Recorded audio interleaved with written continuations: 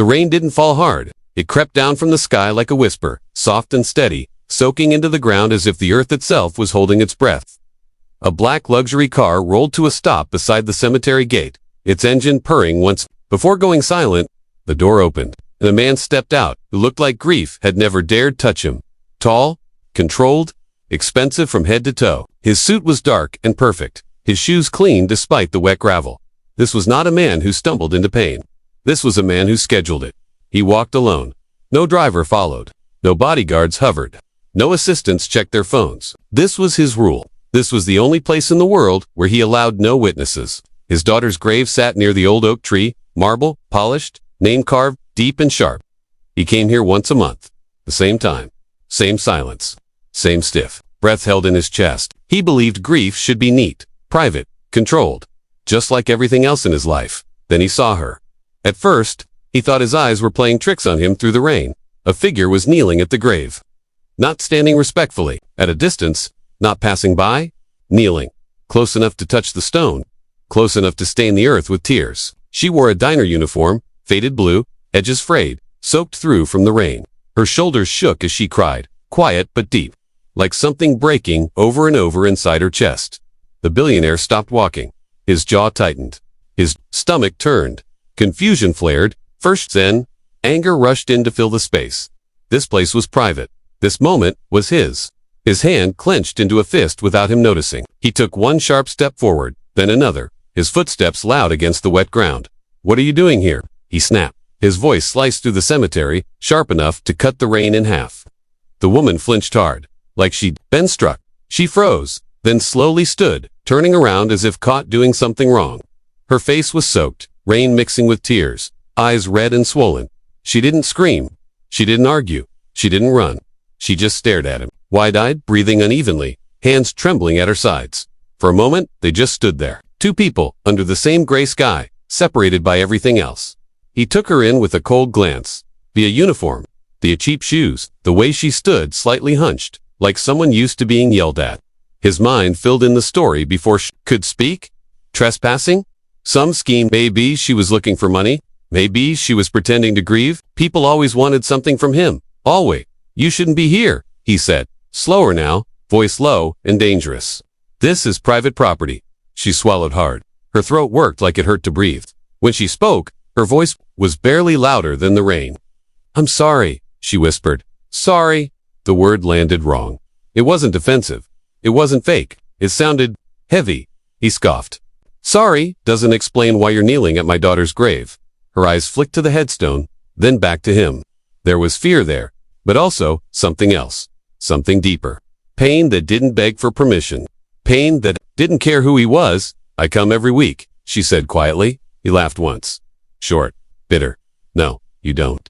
"Yes, sir," she replied, nodding, as if correcting herself had cost her something. Every week, thunder rolled in the distance, low and slow.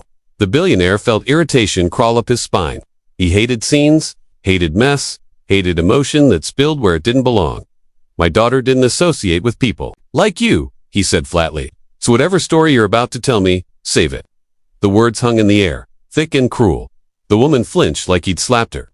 Her shoulders sagged, but she didn't cry harder. She lowered her head instead, staring at the muddy ground between them. Her fingers tightened around something in her pocket, gripping it so hard her knuckles turned white. "She saved me," the woman said. He stared at her, disbelief etched into his face. "Excuse me?" "She saved me," she repeated, a little stronger now, like the words mattered too much to take back. His anger flared hot. "You're lying." "I'm not," she said, shaking her head, tears spilling again. "I wouldn't lie about her." He stepped closer, invading her space, towering over her. The power gap was brutal, obvious. One man owned the land, the stone, the legacy carved into marble. The other woman owned nothing but her grief and the soaked uniform on her back. "You don't get to say things like that," he said coldly. "You don't get to stand here and pretend you knew her." She looked up at him then, really looked, and something in her eyes didn't move out of fear. It moved out of hurt. "I didn't know she was your daughter," she said softly. Bad stopped him. The rain kept falling. A drop slid from his hairline, down his temple, unnoticed. "What did you say?" She took a shaky breath. "When I first met her, I didn't know who she was. She didn't tell anyone." His mind rejected it, immediately. His daughter didn't hide. She didn't blend in. She didn't disappear into places meant for people like this woman. "You're making this up," he said, but the edge in his voice had dulled just a fraction. The woman reached into her pocket, hesitated, then pulled her hand back out, empty. "I shouldn't be here," she murmured. "I'll go. I didn't mean to cause trouble." "Good," he snapped. "Leave." She nodded quickly, wiping her face with her sleeve.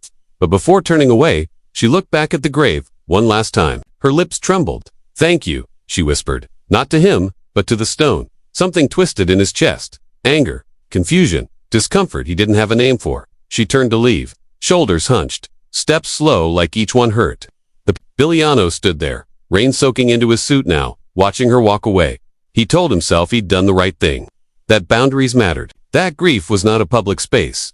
But as she disappeared between the headstones, clutching something unseen in her hand, a thought slipped into his mind, uninvited and sharp. What if he was wrong? The rain fell harder. The grave stood silent. And the moment he tried to erase had already begun to change him, even if he didn't know it yet. The woman didn't get far before his voice stopped her again. Wait. The word came out sharper than he meant it to, like a reflex he hadn't planned. She froze mid-step, shoulders tense, then slowly turned back, already bracing herself for another blow. The billionaire didn't know why he'd called her back. He told himself it was anger, curiosity, control, but something about the way she had thanked the grave instead of him had lodged under his skin. "You said you come here every week," he said, rain tapping against his shoulders now, soaking into the fabric he usually protected at all costs. He explained that. She hesitated, eyes darting toward the gate like a trapped animal, calculating escape. Then she nodded once, as if deciding to tell the truth, even if it cost her. "I work nights," she began, "at a diner off the highway." Graveyard shift. She gave a small, sad smile at the word. "I didn't even know this place was here at first." Her voice was quiet, steady in a way that felt practiced, like someone used to not being heard. The billionaire crossed his arms, listening with a face carved from doubt. "One night," she continued, "a young woman came in alone, sat in my section. Didn't dress fancy, didn't look rich, just tired." She paused, swallowing. She asked my name. "Nobody ever does that," he scoffed, softly. "Lots of people ask names." "Not like that," the woman said, lifting her eyes to meet his for a second. She remembered it the next week. And the week after that, rain ran down her cheeks, but she didn't wipe it away anymore. She noticed when I limped, when my hands shook, when I cried in the back because I couldn't afford my son's medicine. Her voice cracked there, just slightly. The billionaire shifted his weight, impatience battling something else he refused to name. "You expect me to believe my daughter sat in diners, chatting with waitresses?" he asked. She had charities, foundations, staff for that kind of thing. She said charity didn't mean much if you never looked people in the eye, the woman replied. The words hit harder than he expected. They sounded familiar, uncomfortably so. He opened his mouth to cut her off, but she kept going, the story spilling now like it had been waiting years to be told. "She paid for my son's inhaler one night," she said. "Didn't tell me who she was. Didn't want to thank you. Just slid the receipt across the table and said, 'Let him breathe.'" The billionaire felt something tighten in his chest. His daughter had asthma as a child. The memory surfaced without warning, small hands clutching an inhaler. His own voice barking orders, at doctors, at staff, at anyone who might fail her. He shook the thought away. "You're manipulating this," he said, louder. "Now you think grief makes people weak. It doesn't." The woman flinched, but didn't stop. "Back, I'd not asking you for anything," she said. "I didn't even know this was your grave until I saw your name on the gate last month." She gestured vaguely. "I still come because she mattered to me." Security guards appeared at the edge of the path, then, summoned earlier, by his instincts without him remembering the call. Two men, in dark jackets, eyes scanning the scene. The waitress stiffened immediately, fear flashing across her face. Her hands went up slightly. Instinctive, learned, "Sir," one guard called. "Everything okay?" The billionaire nodded without looking away from the woman. "She's trespassing," he said. The word tasted harsh. Final. The guard stepped closer. The injustice sharpened in the air, thick enough to choke on. A grieving woman in a soaked uniform was being treated like a criminal under a sky that didn't care. "Please," she said quietly, not to him, but to the space between them. "Just let me finish." "Finish what?" he snapped. She reached into her pocket again, slower this time. The guards tensed. "It's just paper," she said quickly. "I keep it with me." She pulled out a folded receipt, edges worn thin, ink faded from being opened too many times. She held it out, not touching him. "She wrote me a note on it," the woman said. "I didn't think it would matter." "Don't show me that," he said, turning his head away. "I'm not interested in props." One of the guards hesitated. Sir, maybe, I said. Don't, the billionaire snapped, authority slamming back into place. The guard stepped back. The woman's hand trembled, but she didn't put the paper away. She looked at the billionaire, eyes glistening, voice suddenly firm. Did you know your daughter cried in the parking lot one night because she said her father only loved numbers? She asked. The question landed like a punch. Silence swallowed the rain for a moment.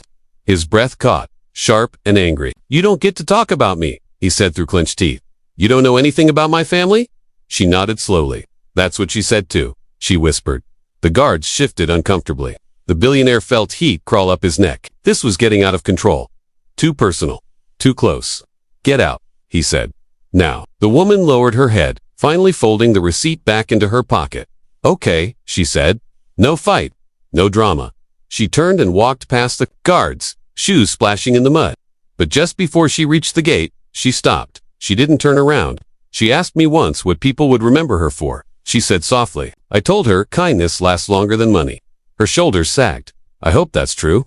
She walked away, leaving the billionaire standing there, rain-soaked and silent, surrounded by wealth that suddenly felt useless. His daughter's grave loomed beside him, marble, cold and unresponsive. The guards waited for instructions he couldn't give. Somewhere deep inside him, a crack had formed, thin but real. And as thunder rolled again overhead, he realized the story wasn't over. Not even close. Even close. The wind shifted suddenly, sharp and cold, slicing through the cemetery and lifting the edges of the woman's jacket as she walked away.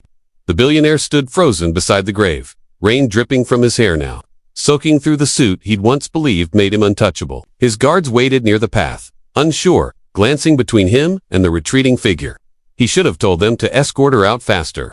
He should have turned back to the grave, said his usual silent goodbye, and left. That was the routine. That was control. But his eyes wouldn't move from the woman's back, and his chest felt tight in a way money had never been able to fix. Stop, he said again, louder this time. The word echoed across the headstones. The woman stopped. Slowly, like someone afraid of what would happen next. She turned around, rain streaking her face, exhaustion etched deep into her eyes. Yes, sir, she asked, already bracing herself. He swallowed. The silence stretched. The guards shifted behind him, uncomfortable witnesses to something that felt too private for uniforms and badges. He said, She paid for your son's medicine, he said. His voice sounded different now. Less sharp, more uncertain. You said she wrote you a note. The woman nodded cautiously. Yes. Show it to me, he said. Her breath caught. You said you didn't want to see it. I changed my mind, he replied. The words surprised even him. She hesitated, then reached into her pocket again, slower than before, as if afraid the paper might fall apart in her hands. She unfolded the receipt carefully, smoothing it out with trembling fingers, then stepped closer, holding it out between them. The rain hit the paper, but she shielded it with her palm. Protecting it, the way someone protects something sacred, de Billionaire forced himself to look. At first, all he saw was ink and numbers. Then his eyes caught the handwriting at the bottom. A small note, crooked letters, casual, familiar. His breath hitched before he could stop it. He knew that handwriting. He'd seen it on birthday cards, sticky notes left on the fridge, quick messages scribbled before she rushed out the door, the loop of the A, the slant of the letters. And there, at the end, a tiny heart, she always added, without thinking. His daughter's handwriting. The world tilled for a moment. The rain disappeared. The guards vanished. The cemetery faded. All he could see was that note, proof, sitting in a stranger's shaking hand. His chest tightened, hard and painful, like something inside him was collapsing. Where did you get this? He asked. The answer was already burning in his mind. She gave it to me, the woman said softly. The night before the accident. His stomach dropped. The night before, he repeated, barely above a whisper. She nodded. She came in late. Later than usual. She looked tired, sad. The woman's eyes glistened as she spoke. I asked her if she was okay. She laughed a little and said she was fine. But she wasn't. The billionaire's hands trembled at his sides. He remembered that night now. A missed call. A voicemail he never listened to. A meeting that ran long. She sat there for a long time, the woman continued. Didn't eat much. Just talked. About wanting to feel normal? About wanting someone to see her without expectations? Each word hit him like a blow. He'd built an empire on expectations. Grades. Results. Public image. He'd told himself it was love, discipline, protection. But standing there, listening to a waitress describe parts of his daughter he'd never known, it felt like a lie. He'd repeated too long. She used a different name, the woman said. Said it made things easier. Said people treated her differently when they didn't know who she was. He closed his eyes. The truth pressed in, heavy and suffocating. She hated being followed, he murmured, almost to himself. Hated the attention. That woman nodded gently. She said she could breathe there. That did it. His knees weakened. He reached out instinctively, steadying himself against the cold marble of the grave. His daughter's name stared back at him, carved deep, permanent, accusing. He'd spent millions on this stone. On security, on protection. And yet the one place she'd felt free was a diner booth with a woman who made minimum wage. She talked about you, the waitress said hesitantly. He laughed. A hollow, broken sound. I doubt that. She said you were brilliant, the woman continued. Strong. That you built something from nothing. She paused. But she also said you were always busy. Always chasing the next deal. She said she didn't know how to talk to you anymore. His chest burned. Memories flooded in uninvited. Dinners canceled. Promises postponed. Conversations cut short by phone calls. He'd thought there would always be time. Time was something he could buy later. I tried to stop her from driving that night, the woman said, her voice breaking. Now, she was upset. I could see it. I told her to call someone. Anyone. She smiled and said she didn't want to bother you. Tears spilled down the woman's cheeks. She said you had important things to do. The words shattered him. The guards looked away, suddenly aware they were witnessing something they weren't meant to see. The billionaire bent forward slightly, hands gripping the edge of the grave, shoulders shaking as a sound escaped him. What he didn't recognize as his own. It wasn't loud. It wasn't dramatic. It was the sound of a man realizing too late what he'd lost. I didn't know, he whispered. I didn't know she was hurting like that. The woman stepped closer. Despite herself, she still loved you, she said. She defended you. Every time she wiped her face with her sleeve, she just wanted you to see her. He straightened slowly, turning to look at the woman properly for the first time. Not as a trespasser, not as a threat, but as a human being who had carried pieces of his daughter he'd never held. You were the last person to see her alive, he said, the truth settling heavy between them. She nodded. Yes? Silence swallowed the cemetery. The rain softened, like it was listening. In that moment, the power shifted completely. The billionaire, once towering and certain, felt small. And the waitress, soaked and shaking, stood taller than she ever had before. I'm sorry, he said finally. The words were simple, bare, but they carried the weight of everything he'd never said to his daughter. The woman closed her eyes, tears falling freely now. So am I, she replied. They stood there together, grief binding them in a way money never could. The receipt fluttered slightly in the wind, still held between them like a bridge between two worlds. And as the thunder faded into the distance, the billionaire realized something that terrified him. More than loss. This woman didn't just know his daughter. She knew the parts of her he never will, and nothing he owned could change. That. The rain slowed to a mist, then to nothing at all, as if the sky itself had decided to give them space. The cemetery grew quiet in a way that felt different now. Not empty, not cold, just still. The billionaire straightened his jacket out of habit, then stopped himself. There was no point. Appearances no longer mattered here. He looked at the woman standing in front of him. This stranger who carried his daughter's final kindness in her pocket, and for the first time, he didn't see a uniform or a role. He saw a mother, a survivor, a witness to a life he had failed to fully know. I don't want you to leave, he said, the words coming out unsure, almost fragile. Not like this, the woman hesitated. Years of being told to move, to go, to disappear, lived in the way, her body stiffened. I don't want trouble, she said softly. There won't be any, he replied. He turned to the guards and lifted a hand. They stepped back immediately, retreating down the path, their presence dissolving into the gray distance. When he turned back, his eyes were wet, unguarded. Please, he said. Stay a moment. They stood side by side at the grave, facing each other, facing the stone.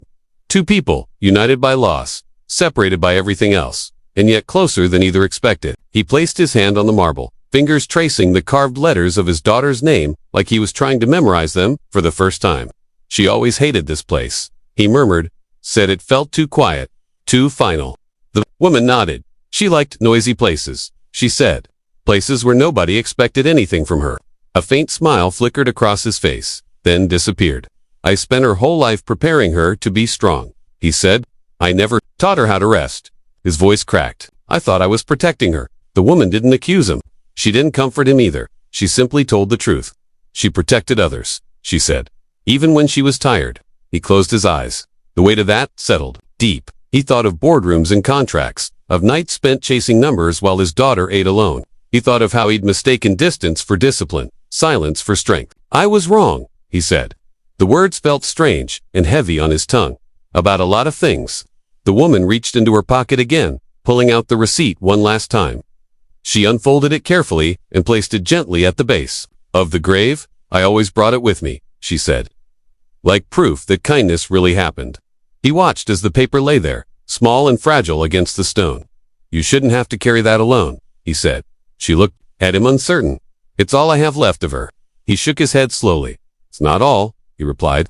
"You changed her. You gave her a place to breathe, and she changed you. That matters." He paused, then added, "And it matters to me." The words hung between them, honest and unpolished. After a moment, he took a breath and made a decision that felt heavier than any deal he'd ever signed. "I want to honor her the right way," he said. "Not with another building or plaque, but with people." He turned to the woman. "I want to help people like you." People, she saw. Her brow furrowed. "Help how?" "By listening first," he said. "By creating something that doesn't ask for names or status." He hesitated. "And I want you involved." "If you're willing," she laughed softly, a sound full of disbelief. "I'm just a waitress," she said. He met her eyes. "No," he replied. "You're the reason I finally see my daughter, clearly." Tears welled up again, but this time they weren't only sad. "I don't know how to lead anything," she admitted. "Neither did I at first," he said quietly. "We learn." The wind rustled through the trees as if agreeing. Together, they placed fresh flowers at the grave. 2 bouquets. One expensive, one simple, side by side. The billionaire stepped back, letting the woman say her goodbye. She whispered words meant only for the stone, then straightened, wiping her face. "She'd be mad at us for crying this much," she said with a shaky smile. He laughed, a real laugh this time. "She would," he agreed, as they walked toward the gate together. The cemetery no longer felt like a place of separation. It felt like a beginning. The billionaire paused at the exit, looking back once more. "I spent my life believing money was the measure of value," he said. "I was wrong." He turned to the woman. "My daughter's greatest legacy isn't what she owned, it's who she helped when no one was watching." The woman nodded. She believed dignity shouldn't depend on status, she said. They stepped out into the open air, the sky clearing above them. The lesson lingered, quiet but powerful. Power fades, titles disappear, but kindness travels further than wealth ever will. And in the end, the true measure of a life is not how high you rise, but how gently you treat the people the world tells you to overlook.